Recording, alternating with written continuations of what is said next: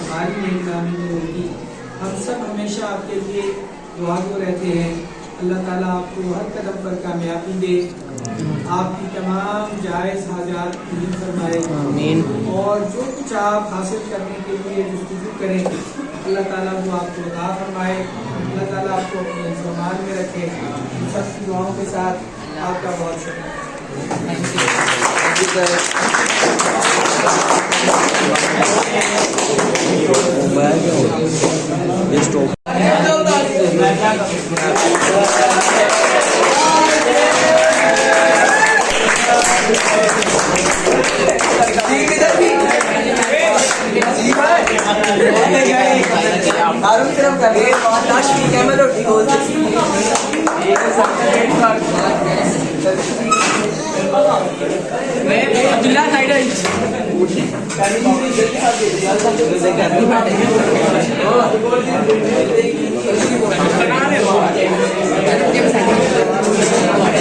لنگر بھی ہے گائز,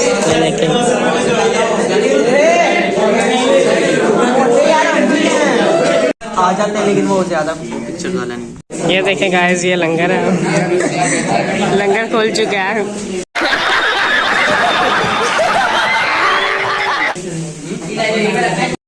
کیڑا منڈا. اوکے گائز, اس ولاگ کو میں یہاں پہ اینڈ کرتا ہوں. امید کو ہماری اسکول پارٹی, لاسٹ پارٹی اچھی لگی ہوگی. اگر آپ کو ولاگ اچھا لگا تو لائک کریں, کمنٹ کریں, شیئر کریں. اللہ حافظ. اللہ حافظ.